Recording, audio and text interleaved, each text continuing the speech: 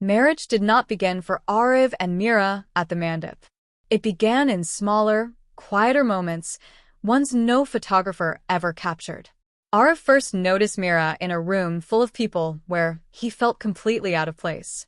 It was a mutual friend's engagement party, loud with laughter and loud music, the kind of evening where conversations floated but rarely landed.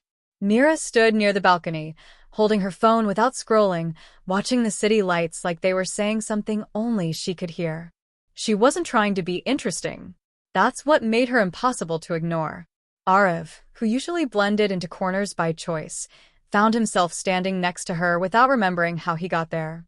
"Do you ever feel," Mira said suddenly, still looking outside, "that these events are rehearsals for a life people think they want?" He blinked.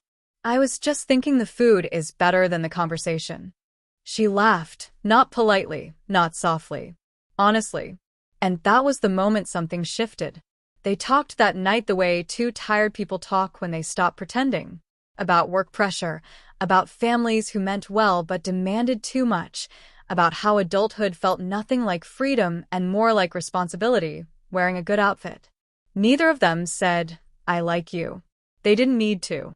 Their relationship did not rush. It unfolded. Coffee turned into long walks. Long walks turned into sitting in silence that didn't feel awkward. Arav learned that Mira went quiet when overwhelmed, not distant. Mira learned that Arav joked when he was scared, not careless. They learned each other's emotional languages before learning each other's habits. That's what made the decision to marry feel logical. Not dramatic. Not cinematic. Just right. The night before their engagement, they sat on the floor of Arav's half-furnished apartment, takeaway boxes open, sleeves rolled up, future looming quietly between them. "Are we doing this for the right reasons?" Mira asked. Arav didn't answer immediately. He never did when the question mattered. "I think," he said slowly, "we're doing this because we don't want to do life separately." She nodded. That should be enough. It was not a promise of perfection. It was a promise of presence. The wedding was beautiful in the way weddings usually are: colors, rituals, relatives who cried more than necessary. Everyone kept saying you two are perfect together. Arav smiled for the camera. Mira smiled back. Neither of them knew how heavy that word, perfect, would become. Marriage did not announce itself loudly. It arrived quietly, the morning after the wedding, when Mira stood in the kitchen unsure where to place the mugs, and Arav hesitated before correcting her, then chose not to. It arrived when they learned to share a bathroom, a bed, a schedule, and eventually expectations. It arrived when love stopped being a feeling and started becoming a decision. 3 months in, the first crack appeared.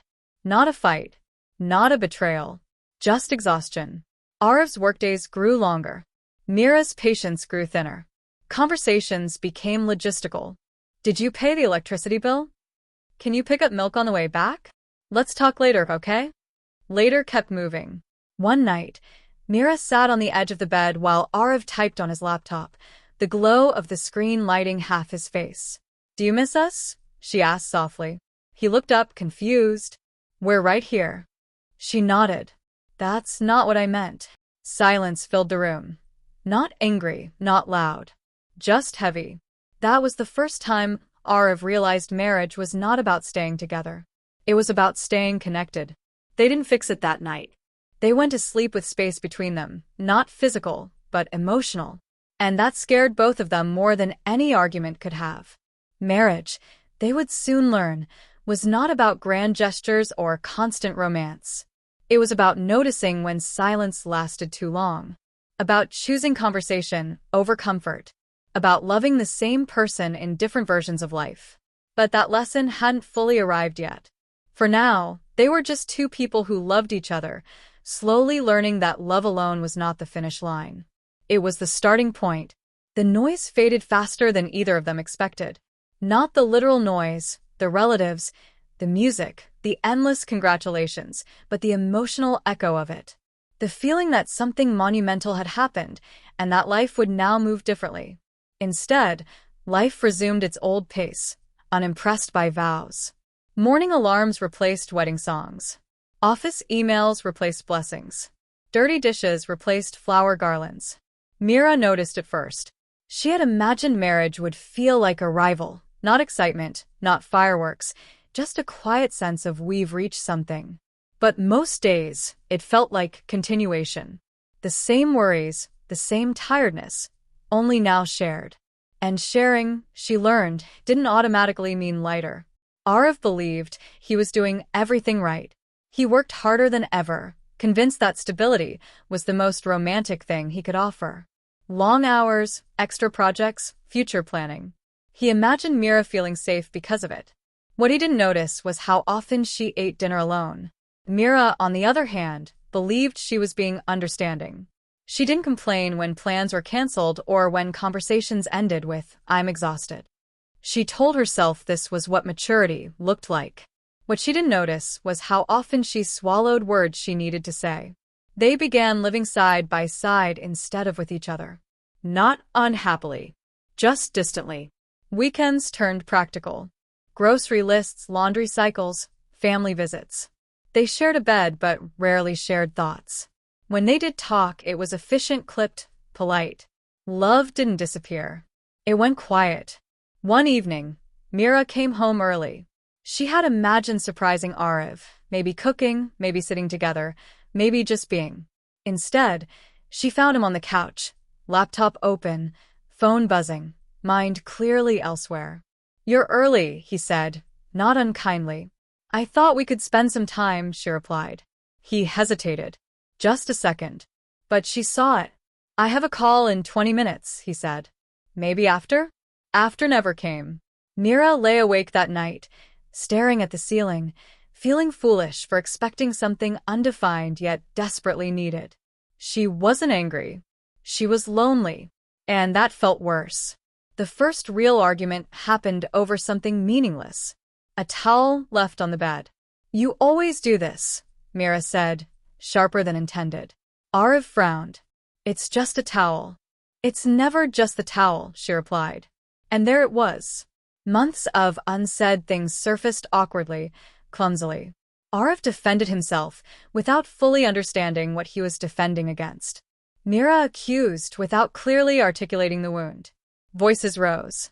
Not dramatically, but enough to hurt. "I feel invisible," Mira said finally, her voice breaking despite her efforts. Arav froze. Invisible. He had never imagined that word would be associated with him. "I'm doing this for us," he said quietly. "I know," she replied. "But I don't feel with you anymore." Silence followed. Not the heavy kind from before. This one was raw, exposed. They slept back to back that night. Not out of anger. Out of confusion. Arav stared into the darkness, replaying her words. Invisible. He wondered how he had missed it. How love, something he felt deeply, had failed to translate into something she could feel. Mira cried silently, not because she wanted to hurt him, but because she was terrified that this distance, was permanent. Marriage was supposed to bring people closer. So, why did it feel like they were drifting inside the same room? The next morning was painfully normal. Coffee. News. Quick goodbyes. But something had changed. They were aware now. Awareness is uncomfortable. It doesn't let you hide behind routine. That evening, Arav came home earlier than usual. Mira noticed immediately. They ate dinner without distractions. No phones. No screens. Just the sound of cutlery and unspoken thoughts. "I don't know how to do this perfectly," Arav said finally. "But I don't want you to feel alone. Ever." Mira looked at him. Really looked at him. Tired. Earnest. Trying. "I don't need perfection," she said. "I need presence." He nodded. "Then I need to learn how to show it." That night, they talked longer than they had in weeks. Not about solutions. About feelings. About how marriage had quietly changed expectations. About how love felt different when it had to survive routine.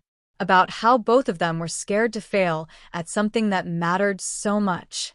They didn't fix everything, but they stayed up late trying. And that mattered. Marriage, they were beginning to understand, wasn't about never drifting apart. It was about noticing when you did and choosing to swim back. Even when you were tired. even when it was uncomfortable, even when love didn't feel loud. Especially then. Expectations are strange things. They are rarely spoken aloud, yet they sit between two people like invisible furniture, easy to trip over, hard to move. After that late-night conversation, Arav and Mira both believed something had shifted. Not dramatically, not magically, but enough to matter. They were talking again. Checking in. Sitting together without distractions. From the outside, it looked like progress. Inside, something quieter was forming. Mira began expecting change. Not consciously, not demandingly, just naturally.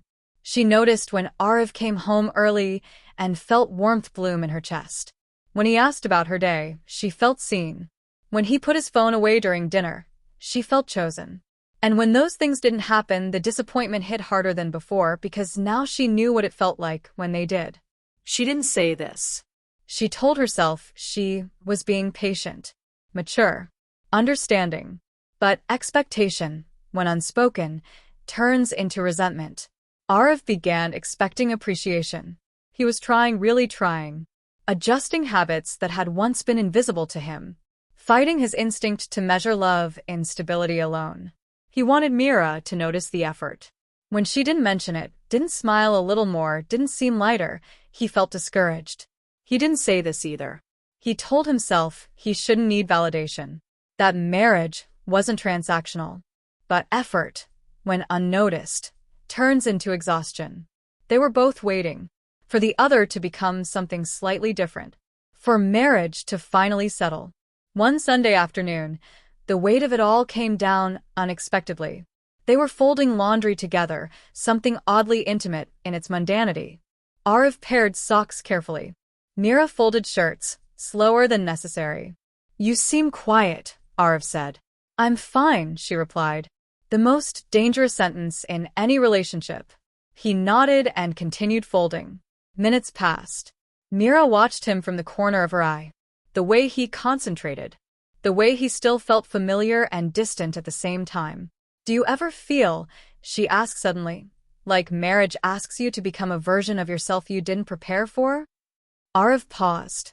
"Yes," he said honestly. "All the time." Relief flickered across her face. "Me too." They sat down on the bed, laundry forgotten. "I thought love would make things easier," Mira said.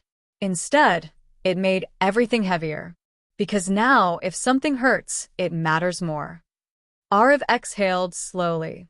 "I thought providing was enough.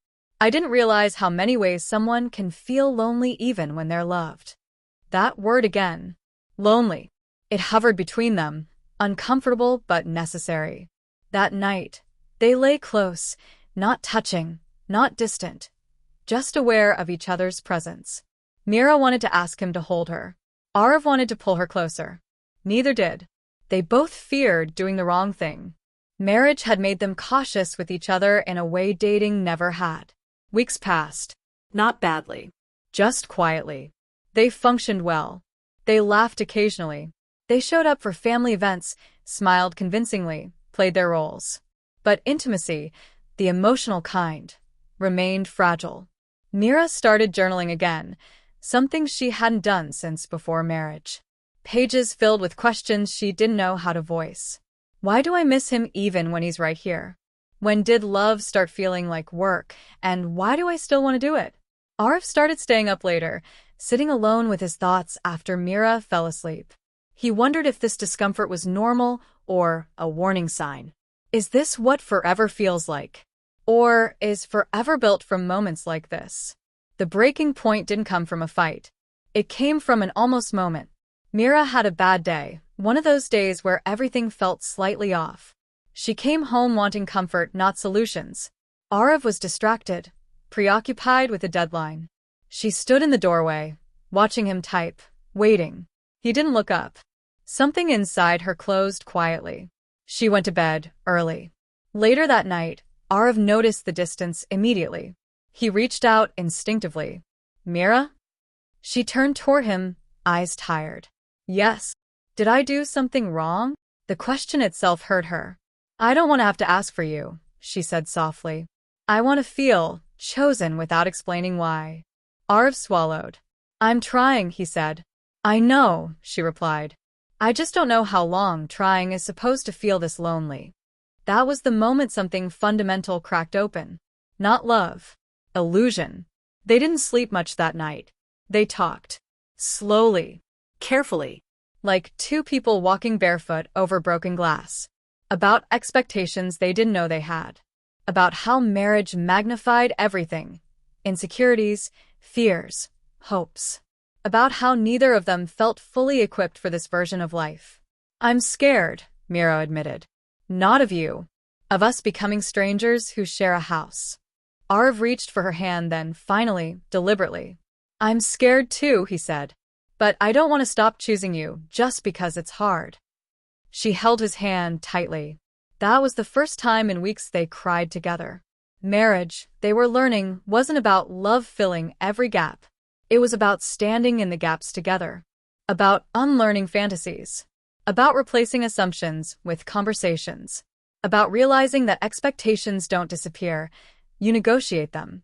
And sometimes you fail. But you try again anyway. Distance doesn't always look like separation. Sometimes, it looks like two people sharing a bed, a table, a life, while slowly learning how not to need each other too much. After that night of honesty, Arav and Mira didn't fall apart. They stabilized. And that, strangely, was worse. Because stability can hide decay. They became careful with each other. Too careful. Arav started choosing silence over risk. If a thought felt heavy, he kept it to himself. If a feeling felt messy, he postponed it. He told himself he was protecting the marriage. Mira noticed immediately. He was present but guarded. Kind but distant. Loving but controlled. She missed the unfiltered version of him. The one who spoke before polishing his words. She didn't say this. Because she was tired of needing. Mira, in response, became self-contained. She filled her evenings with routines. Yoga. Reading. Calls with friends. She learned how to feel okay without reaching for Arav every time something stirred inside her. She told herself this was growth. Arav noticed, but misread it. He thought she was finally settled. Less lonely. Less demanding of emotional space. He felt relief. He didn't realize relief was replacing effort. They laughed together. They attended weddings together. They posted photos that looked exactly like happiness. And yet, something essential was missing. Initiation. Neither of them reached first anymore. One night, they lay side by side, inches apart, scrolling on their phones. Good night, Mira said softly. Good night, Arav replied. No kiss. No pause. Just sleep. Mira stared into the dark, feeling something unfamiliar settle in her chest. Acceptance. And acceptance, she knew, was more dangerous than anger. The distance grew subtle but consistent. They stopped arguing, not because things were better, but because conflict felt pointless. They knew how arguments ended now, with understanding, yes, but also exhaustion. Understanding without change is draining. Arav began throwing himself deeper into work again. Not out of ambition this time, but avoidance. Work asked less emotionally. It rewarded effort clearly. Marriage did not. Mira began imagining a version of herself who didn't constantly wait, who didn't measure closeness in moments stolen between tasks. The thought scared her and comforted her. The breaking moment came quietly. Mira got sick. Nothing serious, fever, weakness, the kind that makes you crave care without asking for it. Arav noticed, of course. He brought medicine, made tea, asked if she needed anything. She smiled politely. I'm okay. And that was true. She was okay. That realization hit her harder than the illness. She didn't miss him the way she used to when she was vulnerable. She felt neutral. Later that night, Arav watched her sleep, guilt crawling into his chest. Something was wrong. Not dramatic. Not obvious. But wrong. He realized he hadn't held her properly in days. Not the kind of hold that says, I'm here. Just functional touches. Passing gestures.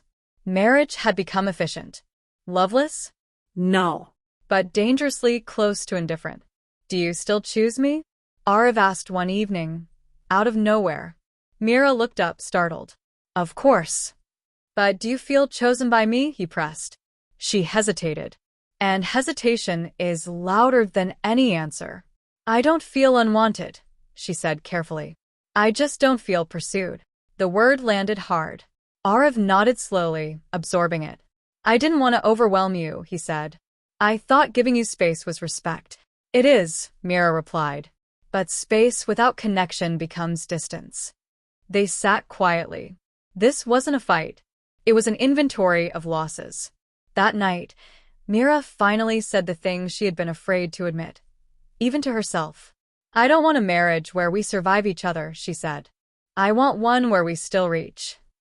Arav's throat tightened. I don't know how to reach without hurting you anymore, he admitted. Mira's eyes softened. Then reach clumsily. I'd rather feel something imperfect than nothing at all. Marriage, they were learning, could fail quietly. Not with betrayal or abandonment, but with politeness. With emotional self-sufficiency. With two people deciding not to bother each other too much. That kind of failure left no scars, only emptiness. They didn't fix it that night. But something shifted again. Fear replaced comfort. And fear, unlike comfort, demanded action. Almost losing someone doesn't always come with drama. Sometimes it arrives disguised as calm. That was the phase Arav and Mira entered, where nothing was wrong enough to justify panic, yet nothing felt right enough to rest in. They were still together. That was the most dangerous part. The fear that had surfaced between them didn't explode into urgency the way movies promised. It settled instead, heavy and watchful, like a third presence in the house. Arav began noticing things too late. How Mira no longer waited up for him. How she stopped narrating her day and less asked. How her laughter came easily, with friends, on calls, but felt restrained with him. He told himself not to overthink. Marriage had phases, right? But deep down, he knew this phase had teeth. Mira wasn't planning to leave. That truth mattered. But she was preparing to survive if she ever had to. She didn't daydream about another life. She didn't imagine someone else. She simply imagined herself, less attached, less dependent, less hopeful. Hope had started to feel like a liability. And that scared her more than disappointment ever had. The moment that cracked everything open came from something absurdly small. A dinner invitation. A colleague of Arav's was hosting a get-together. Nothing fancy. Just people, food, noise. Do you want to come? Arav asked casually. Mira hesitated. Only if you actually want me there. He frowned. Of course I do. But will you talk to me? She asked. Or will I be standing alone again? The question wasn't accusing. It was tired. Arav felt something twist painfully inside him. I didn't know you felt that way, he said. That's the problem, Mira replied softly. You don't know anymore. They went to the dinner. And it went exactly as Mira feared. Arav drifted into conversations. Work talk. Laughter. Familiar comfort. Mira smiled when spoken to, nodded politely, checked her phone too often. She watched him from across the room and felt something unsettling. Detachment. Not anger. Not jealousy. Just distance. She left early, citing a headache. Arav noticed, but didn't follow immediately. That mistake stayed with him. At home, Mira sat on the bed, shoes still on, staring at nothing. She wasn't crying. She was deciding something. Not a decision about leaving, but about how much of herself she was willing to keep offering.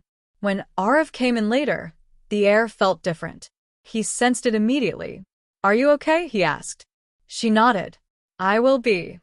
That answer terrified him. They didn't speak that night. Not out of conflict. Out of exhaustion. Arav lay awake, realizing he had confused absence of conflict with presence of peace. He thought of all the times he had chosen convenience over connection. Mira lay awake too, realizing something equally frightening. She could imagine a future where this version of marriage continued. And she didn't know if she wanted it. The confrontation came days later. Not planned. Not rehearsed. It happened on a quiet evening when the house felt too silent to ignore. "I think we're in trouble," Mira said suddenly. Arav looked up. "I know. I don't feel like your partner anymore," she continued. "I feel like an accessory to your life." The word cut deep. "That's not true," he said instinctively. "But it feels true," she replied. "And feelings don't care about intention." He rubbed his face, overwhelmed. "I don't know how we got here," he admitted. "We got here by not choosing each other loudly enough," Mira said. "By assuming love would carry itself." Silence followed. Then something unexpected. Arav broke. "I'm scared," he said, voice cracking. "Scared that I'll never be enough emotionally. Scared that I'll keep failing you without knowing how." Mira's breath caught. This was new. "I don't need you to be perfect," she said.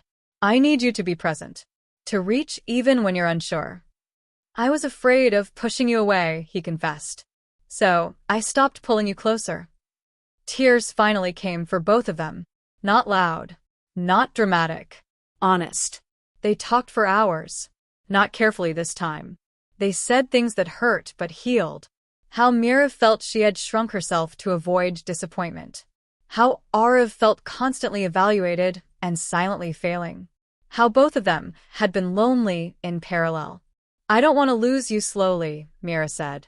"That would hurt more than losing you all at once." Arav reached for her, desperate now. "I don't want a marriage that survives," he said. "I want one that lives." That night changed something fundamental. Not because everything was resolved, but because avoidance ended. They chose discomfort over silence. And that choice mattered. Marriage, they learned in that breaking open moment, doesn't end when love fades. It ends when fear becomes more powerful than effort.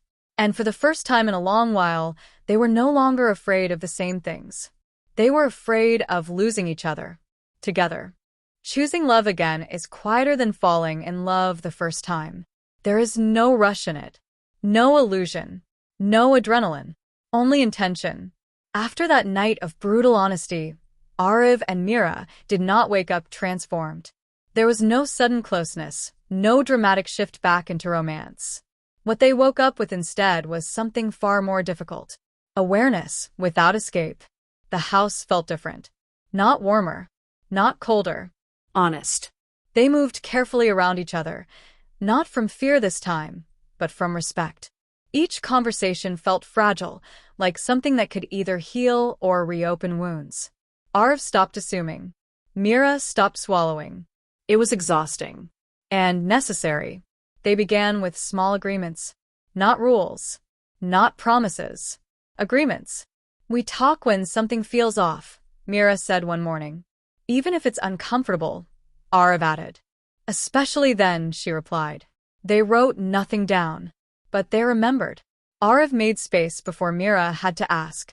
He came home earlier when he could, not to impress her, but to be with her. He learned how to sit beside her without trying to fix things. How to listen without defending himself. Mira noticed. She didn't praise him for it. She leaned into it. She began sharing thoughts while they were still forming, before they hardened into resentment. She let herself need him again, even when it scared her. That vulnerability felt like standing on thin ice. But she stepped forward anyway. Some days were good. They laughed again, real laughter, the kind that surprises you. They cooked together, clumsy and playful. They lay on the couch doing nothing, just existing in the same space without distance. Some days were not. Old habits resurfaced. Arav withdrew when overwhelmed. Mira went quiet when disappointed. They caught themselves too late sometimes. Progress was not linear. Marriage never is. One evening, Mira reached for Arav's hand in bed. The gesture was simple. The meaning was not. He held her tightly, feeling the weight of it. This wasn't automatic intimacy. This was chosen. "I miss you," she whispered. "I'm here," he replied. And this time he meant more than proximity. They talked about intimacy, not just physical but emotional. "What makes you feel close?" Arav asked. Mira thought for a moment. "When you notice me."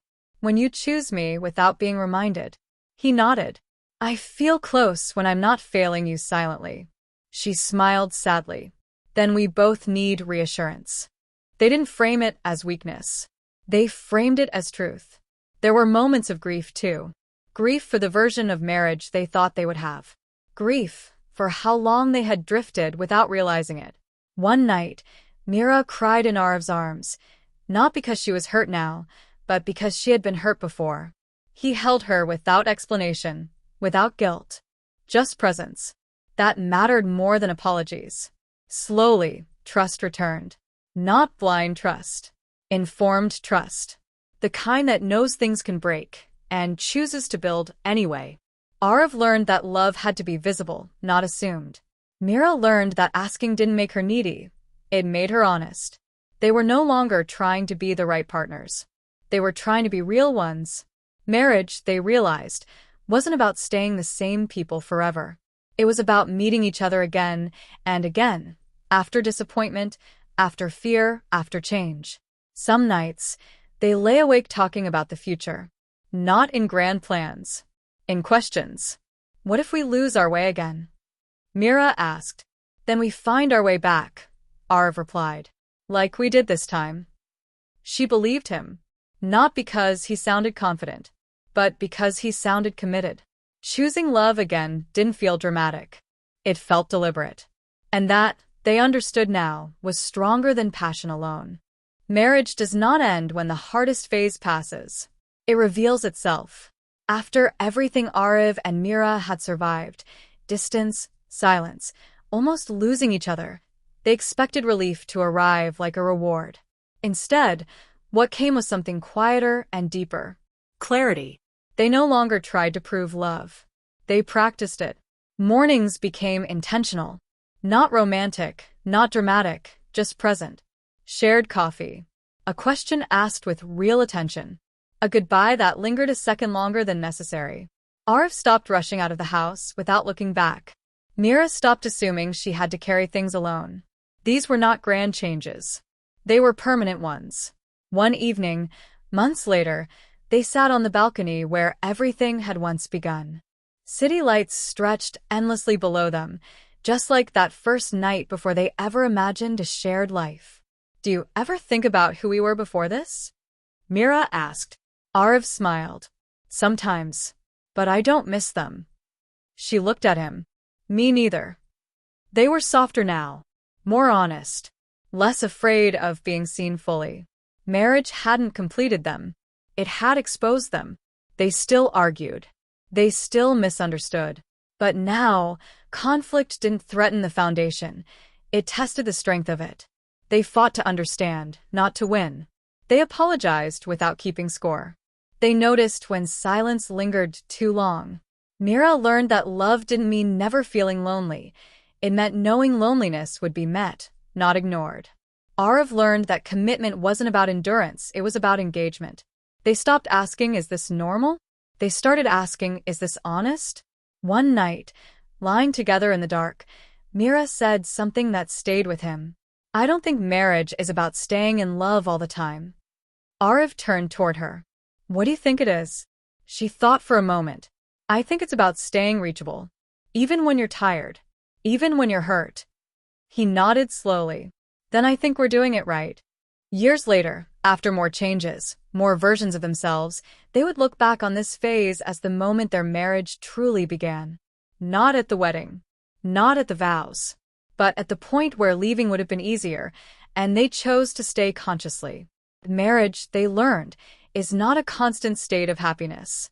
It is a constant act of return. Returning to conversation. Returning to effort. Returning to each other. Again and again. On an ordinary night, nothing special, Arev reached for Mira's hand. She squeezed back. That was it. No fireworks. No music. No audience. Just two people who knew exactly what they were choosing. And chose it anyway. The end. Real marriage wasn't a story about perfect love. It was a story about real love. The kind that stays, speaks, softens, and grows. If you want